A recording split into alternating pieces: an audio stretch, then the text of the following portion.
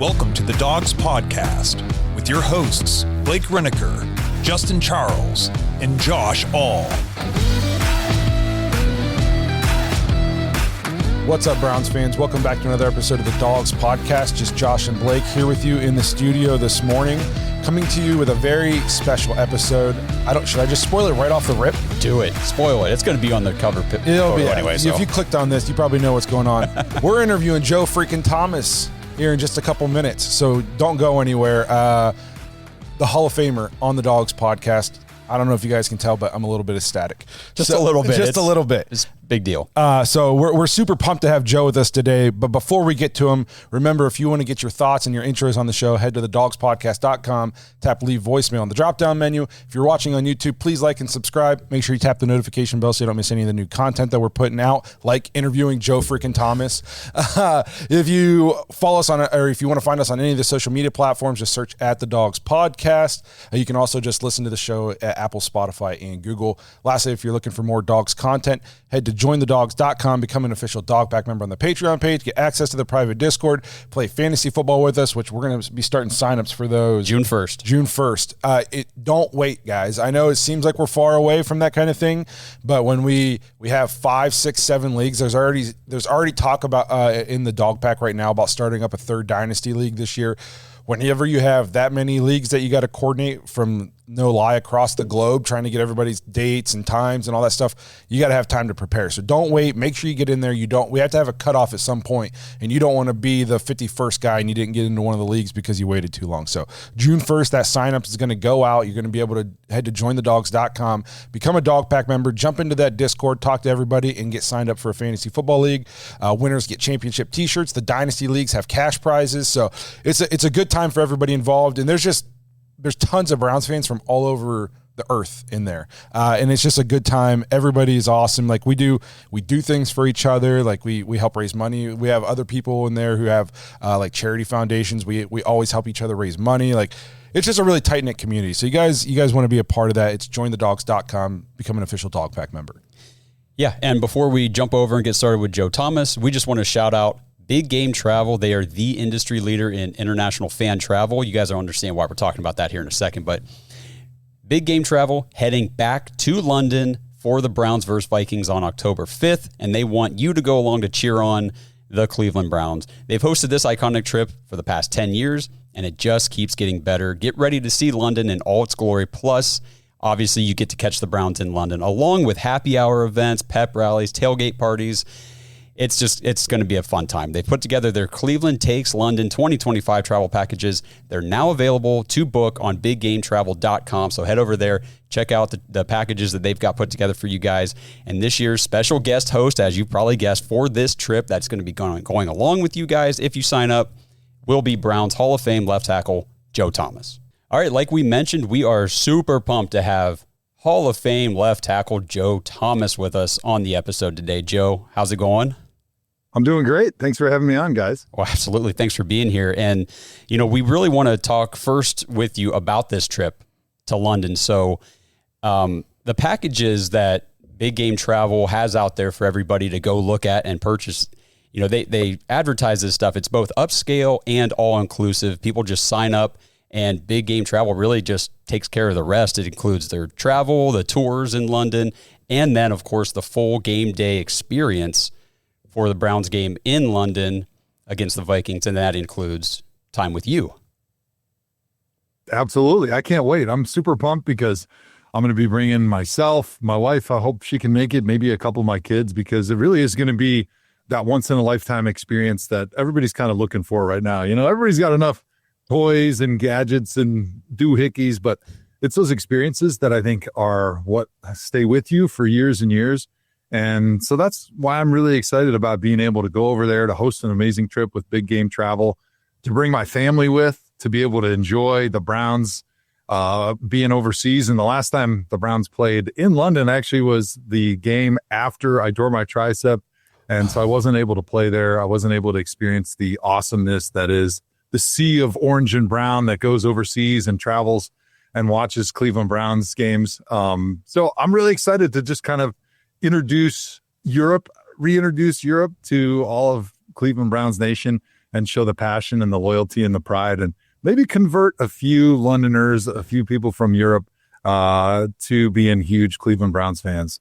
Yeah, I think 2017, right, was the last time the Browns were over there. They played the Vikings, and I guess it doesn't seem like it was that long ago. Time flies when you're losing lots of games. No, just joking. But, as far as the trip goes, obviously everybody gets to go over there. They get to do the tours of London and spend time over there. And, it's a nice trip for everybody to go sightsee. But then it's the game day experience, there's a pep rally, there's an all-day tailgate, I think, for the Browns game. And those are like exclusive parties where it's just the people that book with Big Game Travel, and that gets them access to hang out with you, right? That's right. Yeah, I'm going to be all part of that trip. We try to keep the groups a little smaller so that I get an opportunity to kind of meet everybody, but not just meet everybody, but kind of spend some really good time with them. And so that at the end of the trip, we walk away saying, hey, we're friends. We're not just acquaintances. We did this amazing experience over in London. We got to watch the Browns go curb stomp somebody that we're going to hear about very soon. And do it all together. And so I can't wait. I was over in Germany last year living with my family, and we actually went to London a couple times because it's outside of the Browns playing there. Like, London is a really, really super awesome city with so much to do, so much to see, some incredible food scenes. And I think you guys would be surprised when I was just wandering the streets of London with Paul Brown, one of my last trips when I was over in London, not for a football game or anything. We were just hanging out. It was amazing the number of Browns fans from the UK that just came up to us and wanted to have a shot with us, do a Guinness Chug challenge, and just talk about the Browns. So I think people that go over there with us on this trip are going to really be surprised with how many UK Browns backers there really is. Yeah, I mean, I see stuff on Twitter all the time from the Browns backers over there. There's other people from London, Browns fans and everything. And then plus we've got Browns fans in our Patreon group from over there. So I know there's a lot of people looking forward to going to that game and everything. But I guess the big deal for Big Game Travel here is there's really no other parties during that weekend that are hosted exclusively for fans for these international games. So Big Game Travel puts on this big party and everything for that weekend. I mean, if you guys want exclusive time with Joe Thomas to hang out, get to know him, plus go to the Browns game in London, like, this is a trip you really don't want to miss. Yeah, it's going to be awesome. Like you said, we got all sorts of parties. Big Game Travel, they really blow it out. They're a first-class organization. They're setting up the best of the best, and this is what they do. This is all they do. It's not like a couple dudes getting together saying, hey, let's throw a big trip to London and hire myself to come with. This is all they do. So they've curated this trip for many fan bases. So they know exactly the places to go to. They know exactly the environment that they need to create when I'm around and when we can celebrate, from a tailgate to maybe the post-game party, pre-game parties. So it's definitely going to be that once-in-a-lifetime opportunity for those Browns fans that sign up at Big Game Travel. Man, that sounds awesome. I know they said, they've been doing this for the last decade, 10 years, doing these trips exclusively, taking fans overseas to go to these games. So check them out. It's biggametravel.com. Head over there, see what the packages are like, and really just, if you've ever wanted to go to London, you want to make that trip, and you're a huge Browns fan, you want to take the trip with other Browns fans and Joe Thomas, man, this is the opportunity you can't pass up. It's a long flight, so why not take it with 50 other inebriated Browns fans? You know what I mean? Enjoy yourself on the flight. So we talked about the Big Game Travel, going to the game. Let's talk a little bit about what we're going to see on the field this year. And I don't think there's any better place to start than is the left tackle position. I think you're an expert on that. So right now, Dawand Jones currently slotted to slide into that full-time left tackle role. What do you see from Dawand Jones that makes you think he's ready to make that full-time switch? And just the 3 games he started last year, did you see anything like to give you confidence that, okay, I feel good about the left tackle position this year? Well, it's never been performance or athleticism that's held Dawand back, right? It's been the injuries that he's sustained. And so I think that's really the big question mark for him moving forward. But I've got an opportunity the last couple seasons to develop a little bit of a relationship with him, and he's super motivated. He wants to come in great shape, because I think being in great shape is really important to staying healthy, right? Being on top of your body and knowing your body inside and out, and understanding like, hey, this little soreness that I got, this little tight hamstring here, I need to take care of that right now before it trickles into something else. And I think he's understanding that. And he is so motivated to take over that left tackle position. He was a basketball player growing up. That was kind of his first love. And so he's got all the talent and athleticism that you could possibly want. Obviously, he's a mountain of a man. You know, he's like 7'5", 480 pounds, and he dances around like a ballerina. So he's exactly the type of player that you want at left tackle. He's super smart. He's super driven and motivated. And so I'm hoping that he's built that routine to make sure that his body can be that finely tuned Lamborghini that there's no way he would ever fit into, that he can be then for the Browns this season to hold that left tackle spot for 17 games plus some playoff games. Yeah, I figure, and I'm sure this applies to all positions, but, you know, offensive line specifically, transitioning from college to the NFL, there's so many things that are way different in the NFL than college. And I'm sure there's things like you mentioned in college you can kind of get away with, little tweaks and things there that you just can't in the NFL because of the rigors of the game. Is that kind of accurate? Yeah, I mean, when I played in college my senior year, I think I played 2 players in that season that actually played in the NFL. One was from Bowling Green and actually one was from Michigan. And those were the only 2 games where I really feel like I had to be just on my spot. I had to be just perfect on my best game to be able to handle those guys. And in the NFL, that's just not the case. It's every single week. It's every single rep.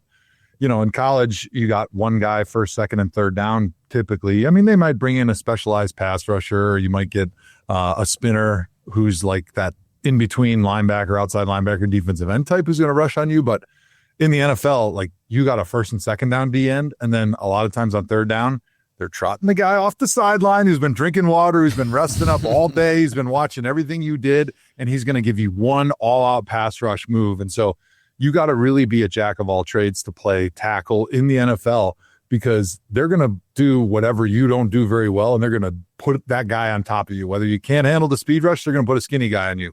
If you're not sound and you're not able to anchor against the bull rush, they're going to put a big dude against you. So you've got to really be able to handle all shapes and sizes that they're going to line up against you. Did you have something? Yeah, I kind of want to talk for a minute. He's transitioning from right tackle to left tackle, and we heard a lot about that when we drafted Jed, switching from right to left. Is that overblown by fans, or is that like a real thing? Like, how much of a stark difference is there between playing on the right or the left side? I think sometimes it depends on your experience at that position. Like, how much time have you played left and right? Like, for me, I played nothing but left tackle my entire life. So the switch to right would have been really tough. But I still think, even if you're a guy that hasn't had experience on the other side, if you give me 3 months of practice, of training, I think that's about the right amount of time to be able to make that switch. For guard, it's a lot easier because you don't have quite as big of a stagger in your stance. But as a tackle, you're going to have a huge stagger. So one foot's going to be way behind the other. Your feet really do different jobs. And so do your hands, because you're pretty much always going to be blocking a guy who's outside of you. As a guard, you could be blocking a guy inside. You could be blocking a guy outside. And so they're a little bit more ambidextrous. But left tackle is much more specific. Right tackle is much more specific to that side. But still, 3 months, I think Dawand's going to have no problem being able to make that transition, because he's got a lot of time to be able to work on it. And I mean, they're practicing right now, and he's still got like 6 weeks of training camp. So it's no doubt in my mind he's going to be ready to take over that spot. Cool. Yeah, we thought he looked okay whenever he started those 3 games last year. So it was definitely encouraging to hear the Browns say, okay, we've kind of got him pegged for that role this season. But talking about just the offensive line overall, I mean, do you think as a group they're going to have a bounce back year? I mean, fans have kind of been dogging on the offensive line blocking this entire offseason. We hear it left and right, but how much of the line's performance last year was scheme related versus like their overall ability? Well, I think some of it was scheme related, but a lot of times offensive line's performance is dependent upon the quarterback play, right? So if you got a quarterback that's where he's supposed to be, a la Tom Brady, Peyton Manning, Drew Brees, and they get rid of the ball on time, like, your job becomes very easy, and you can kind of predict where you need to make sure your rusher goes and where he doesn't go to be able to win that rep. If you got a guy who's holding on to the ball, who's running around, doesn't exactly know what his reads are, doesn't know what his spot is supposed to be in the pocket, it becomes very difficult, because now you're playing into the defensive line's hands, right? Like, their specialty is being athletic and being fast and having these ninja quick karate moves with their hands that they work on all off season. And so if you're playing into their hands and they're allowed to go wherever they want, and then you just have to stop them from going there, it becomes nearly impossible. And I think that was what was happening a lot last season. You know, they were playing in a system that was catered a little bit more towards Deshaun Watson, and the Browns offensive line, they didn't really know where Deshaun was supposed to be. It didn't seem like Deshaun knew exactly what the reads were going to be. He didn't exactly get the ball out on time. He wasn't where he's supposed to be in the pocket. And that makes it really hard on the offensive line. And pretty quickly you go from being a pretty good player that feels like you're, all pro level to you look like crap. And you're just not getting the job done, right? Because for the most part, even a trained eye doesn't exactly know where that quarterback is supposed to be on any given play. And they don't know exactly what the role of the offensive line is on any given play and how they fit within each other. And so an offensive line really is 5 fingers that, are working together as a fist, and everybody's kind of taking care of the blind spot of their person next to them. And then the quarterback has to fit into that. And so when that fit is not right, just everybody looks poor. Yeah, that kind of echoes a lot of what we've heard from Kevin Stefanski this offseason through the pre-draft process was, we want a quarterback who's accurate, can play on time, play in rhythm, all that kind of stuff on schedule, get the ball where it's supposed to be. So that really fits to what you're talking about and how it translates to the play of the offensive line. You were just kind of talking about quarterback play and how it can affect the offensive line. You obviously are no stranger to quarterback competitions. You played for 157 quarterbacks in your career. Exactly. How do you feel about the QB situation as we're heading into the offseason? Obviously, we brought in Kenny Pickett, brought back Joe, and then drafted 2 rookies that just went through the rookie minicamp. Who do you think has the edge to be the day one starter? And then this is kind of off script from me. As a vet in the locker room, are you leaning Joe because of his experience and what he can give you? Or are you like, okay, let's roll with one of these young guys, their athleticism, they're the future? I guess, like, is your mindset different if you're a Joel Bitonio in the locker room, who's getting towards the end of his career? I think all the offensive linemen are hoping, and I think they're expecting Joe Flacco to be the starter because, he's still got the arm, right? He's got that big, powerful arm. He may not have the legs that he used to have, not that he was ever a scrambler, but he's not going to get out and escape the rush and gain yards with his legs. But, he's playing in Kevin Stefanski's system for, I don't know how many years now in his career. So he knows what he's supposed to be getting done, reading the ball down the field, reading the coverage, getting the ball out on time. He understands where he's supposed to be in the pocket. He's not going to have any communication issues on the line of scrimmage when they're re-IDing protections or the run game. And so it puts your mind at ease as an offensive lineman to be able to have a veteran back there that's just getting everything organized, right? You need that coach on the field because they're in charge of so much communication and decision-making from the time that the huddle is broke until the time is snapped. And you really want that guy who can be that calm, who can be that communicator, who can be that field general at quarterback. Otherwise, it puts a lot more on your plate. And a lot of times the coaches don't want to put a lot of that on the offensive line's plate because they want the quarterback to do it, because it's a lot harder for the O-line to communicate to the quarterback, to communicate to the running back, and then communicate to the pass catchers. It's a lot easier when the quarterback just communicates to everybody at once. And so for the most part, the quarterback's got to be that guy that dictates exactly what's going to happen up front. And I think with Joe Flacco, he gives you the best chance to win from day one, especially considering the offense that the Browns are going to be probably employing a little bit this year, which is that old school Kevin Stefanski under center, play action, outside zone, pin pull type run game. And I think that fits with a veteran quarterback like Joe Flacco. Now, that's not to say that one of these young guys could come in and wow everybody and blow them away. And throughout the course of the season, as those young guys get more experience and more reps and more opportunity to prove that they can be the dude, I think there's a chance that there is a quarterback change that does get made. But I think it's too early to say who else could be that leader in the clubhouse after Flacco really starts as that starter. This episode is sponsored by Manly Bands. Guys, is your wedding band old, outdated, or just not the same taste you had when you were younger? Or hey, maybe you're about to get married, but you don't want to deal with the salespeople at the jewelry stores. Manly Bands has the best wedding bands made specifically for men. They have the classic, timeless gold and white gold styles, but they also have rings made from platinum, black zirconium, tungsten, titanium, even materials like meteorite and dinosaur bone. Yes, your wedding ring could be made from a dinosaur fossil. That is a real thing. They also have different ring collections, like their Jack Daniels rings made from actual Jack Daniels whiskey barrels.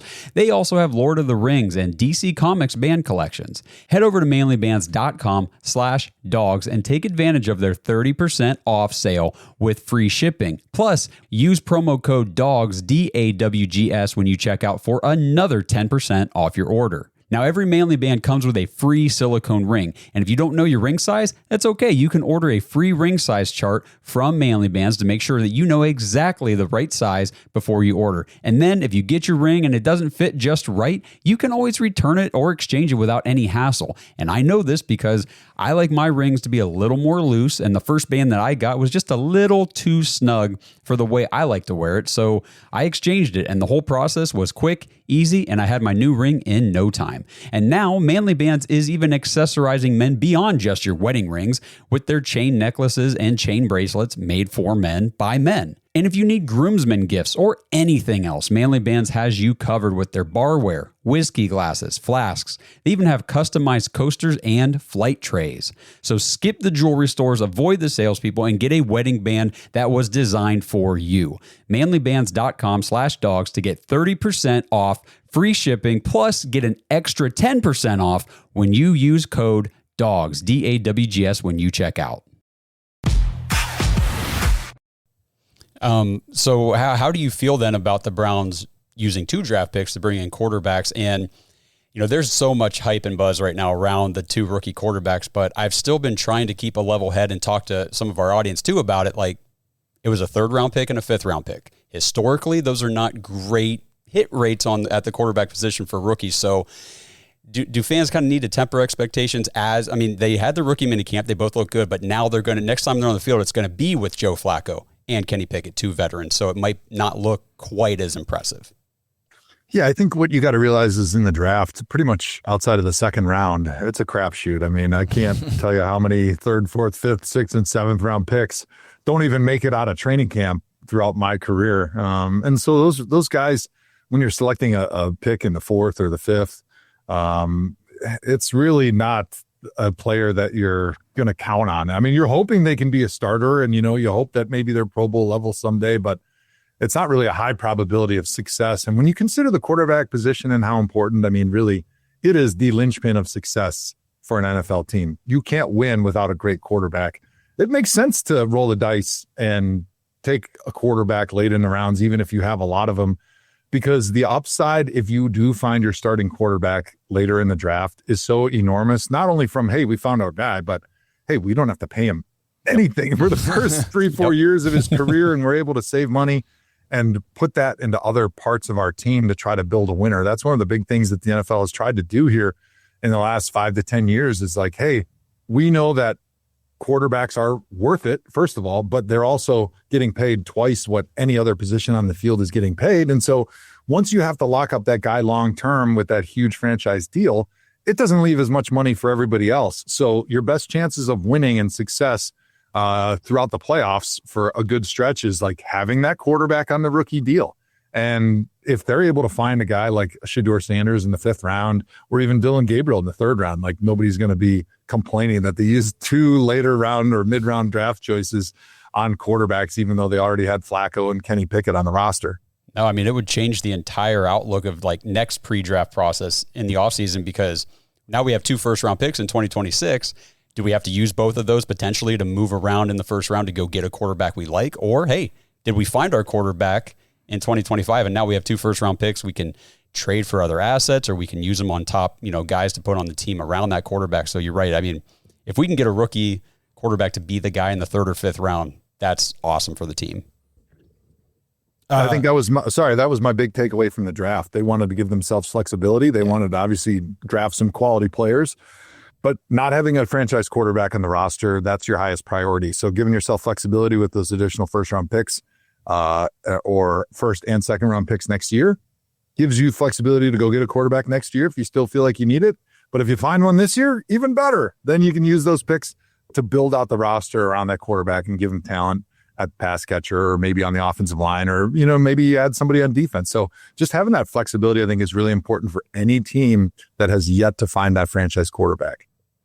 Yeah, I keep hearing from people online, they say if you have 4 quarterbacks, you don't have a quarterback. And I'm like, every other position, there's 10 players competing for a job. Why is it bad if there's competition at the QB position? How do you feel about that? Like, do you feel like they're just throwing crap at a wall to see if something sticks? Or is it okay to have 4 guys competing in camp?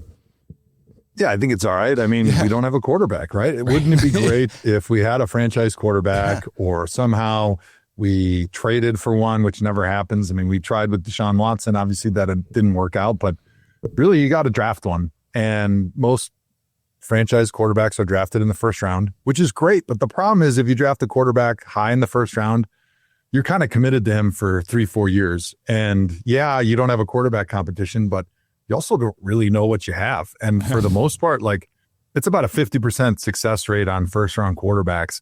So yeah, you could say, oh, well, we only have one clear starter right now. He was our first round draft choice, but until he really goes out and proves it on the field, you still don't have a quarterback. So the fact that we got 4 guys competing, I think that's okay, especially when you consider several of them are young guys. You kind of have that entrenched veteran with Joe Flacco. And I think that competition makes everybody better. But I think what you'll see is as we get closer to the season, 2 weeks out, I think they're going to make one of those guys, probably Flacco, the guy that's taken the majority of the first team reps. And then you're going to see some of those young guys still getting a little rotation with the first group. But 2 weeks out of the season, you're really getting ready for that opener, that first game of the year. And you want that veteran guy to be comfortable with his surroundings, to be comfortable in that offense. And the benefit of having a Joe Flacco is he is comfortable. He's not going to need as many reps as a 4th or 5th year guy to get himself ready for the season. So you have an opportunity to give some of these other guys meaningful reps with the first unit without having to wonder, like, oh, is this really a competition? Like, everybody's going to know 2 weeks out of the season who's going to be that starter in week 1.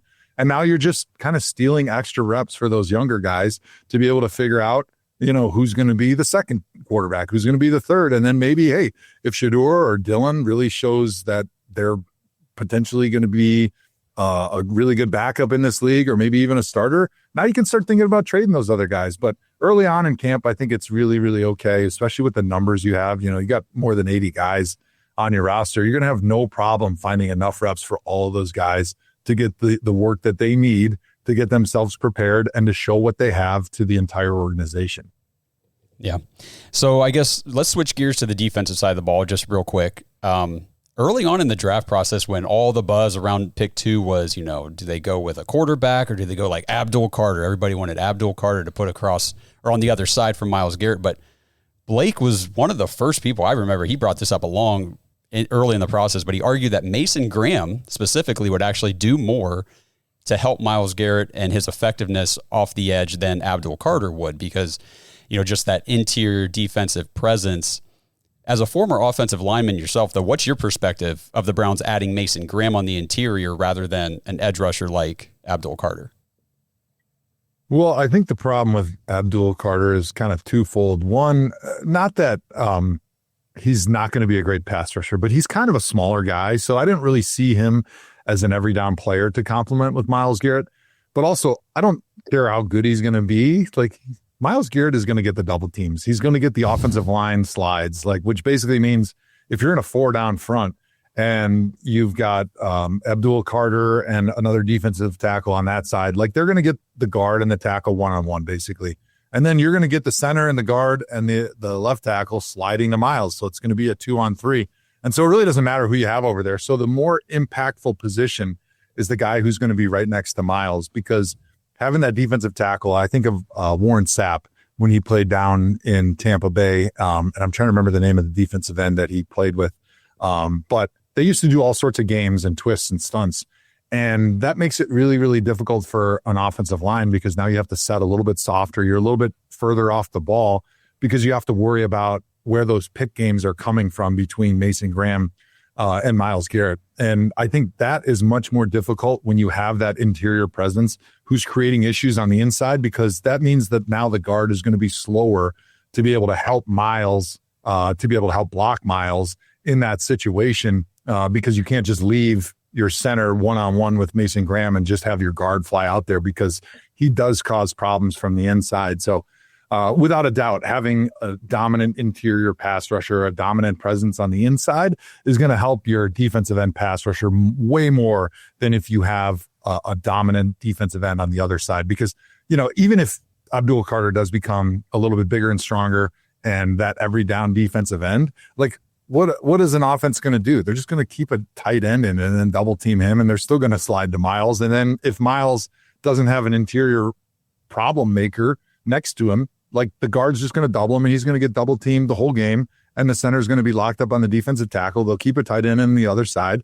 Yeah, they have a 6-man protection, but it's going to be sound, and Miles is not going to be able to get home consistently.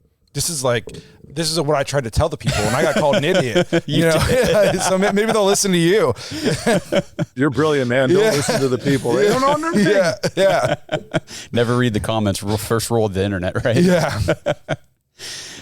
Actually, so we do have one question here from Justin, our other host, who wasn't able to make it. So I'll play that for you here now. Joe, what's going on, brother? Hey, now that the draft and free agency have wrapped up, who are a couple of the new additions to the team that you're most excited about for this season? And Justin usually has a little bit more energy and oomph about him, but I think that was a long shift of work the other day. He did that when he got home, and he looked dog tired in that video. But he looked great to me. I love it.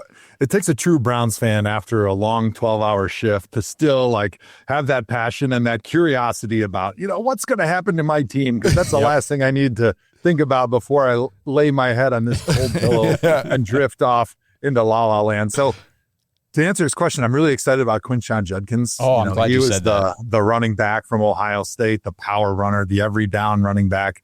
My son was up on the stage with me in Green Bay for the draft, got to announce that pick. Was very special for me, but I think he's the guy that we need. I know it was a little disappointing to kind of see the writing on the wall that Nick Chubb is probably not going to be on the team next year, but I think, sometimes it's tough in the NFL, but you have to be realistic about what you have and where your guys are. Even players that are as beloved as Nick Chubb, you need to replace him, and you need to find that guy who could be that Nick Chubb for the next 10 years. And I think that's a Quinshon Judkins.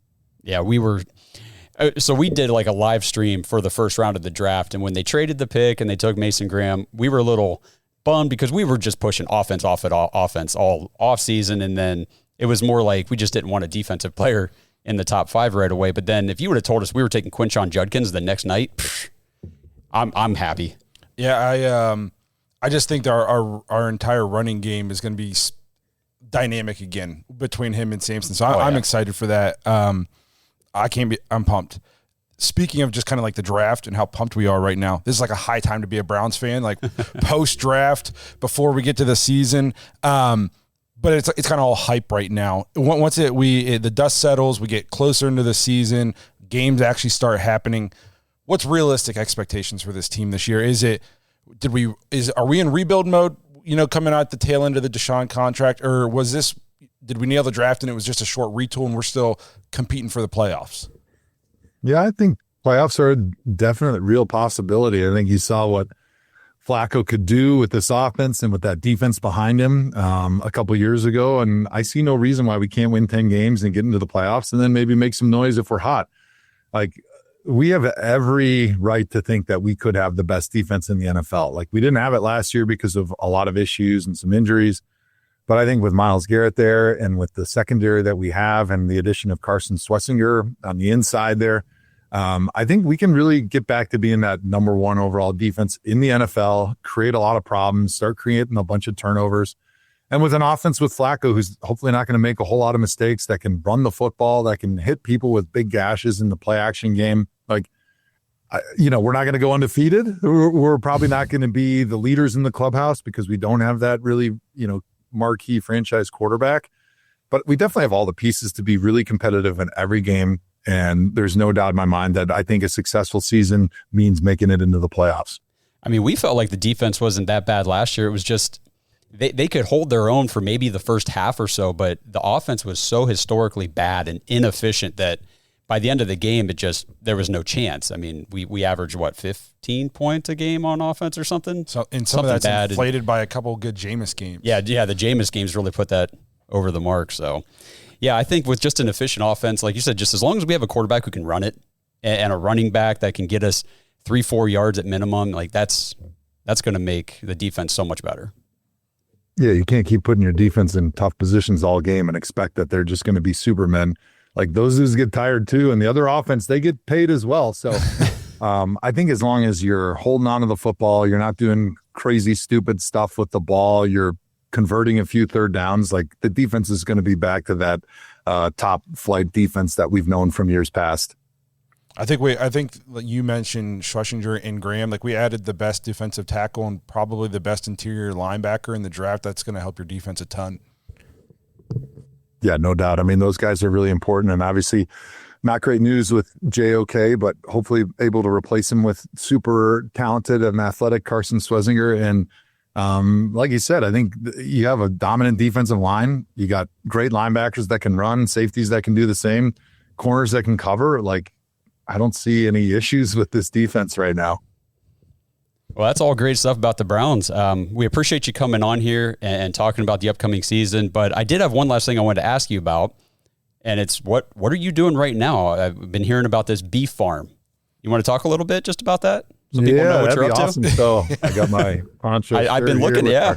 Yeah, Hall of Fame beef logo, Six Rings Farms. That's my family farm out here. We're raising Wagyu and Angus beef from birth until the refrigerated truck backs up and takes them to heaven and turns them into delicious, mouth-watering steaks brought right to your door by your friendly UPS, FedEx, or USPS man. So I'm really excited about this because this is a project that is really a passion project that has kind of grown out of just raising beef for my family and my friends to having an opportunity after I was encouraged by a big-time chef out in Wisconsin, like, hey, this stuff is the best stuff that I look at. You really need to make this available to the general public. And so we're doing things way different than most people in the cattle industry. You know, most people in the cattle industry kind of specialize in one part of the life of a cow or a steer. And for us, we've spent a ton of money and ton of research building the best genetics possible for marbling.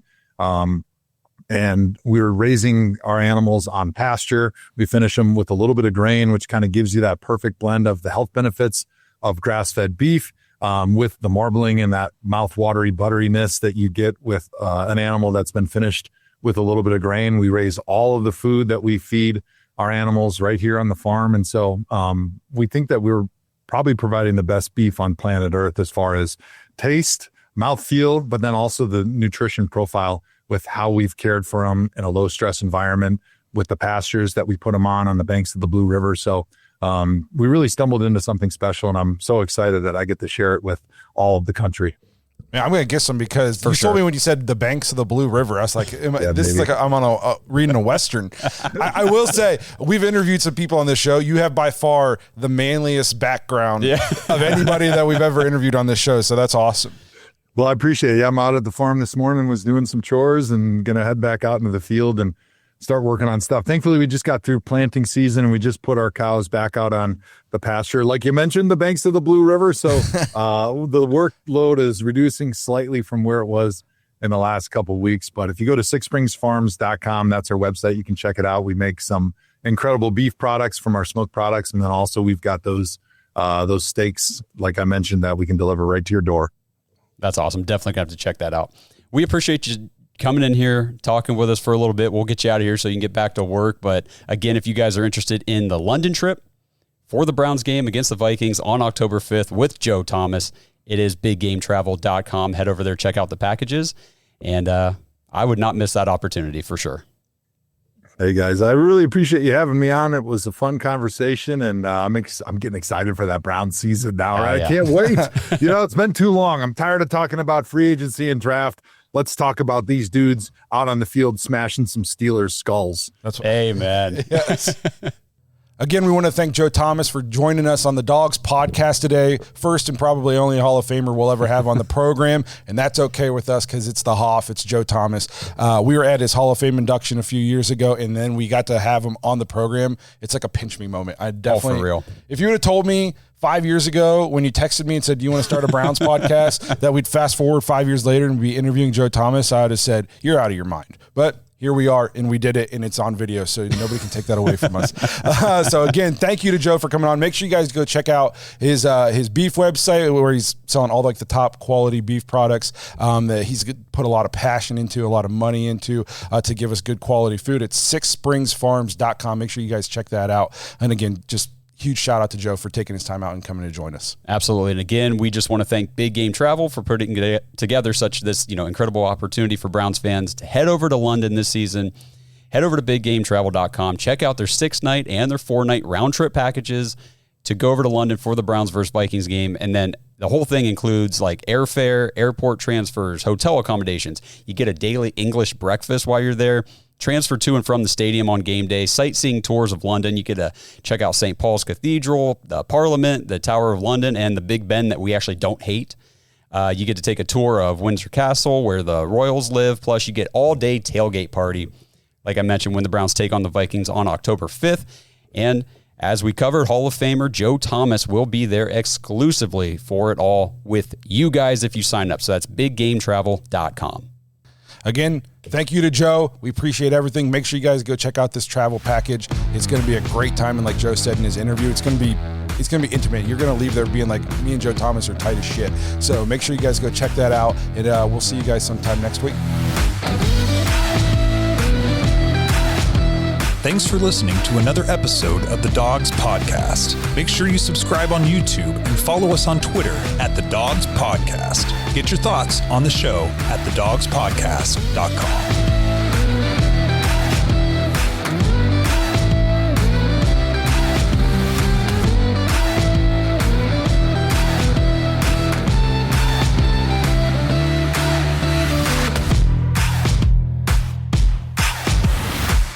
This episode is brought to you by Danger Coffee.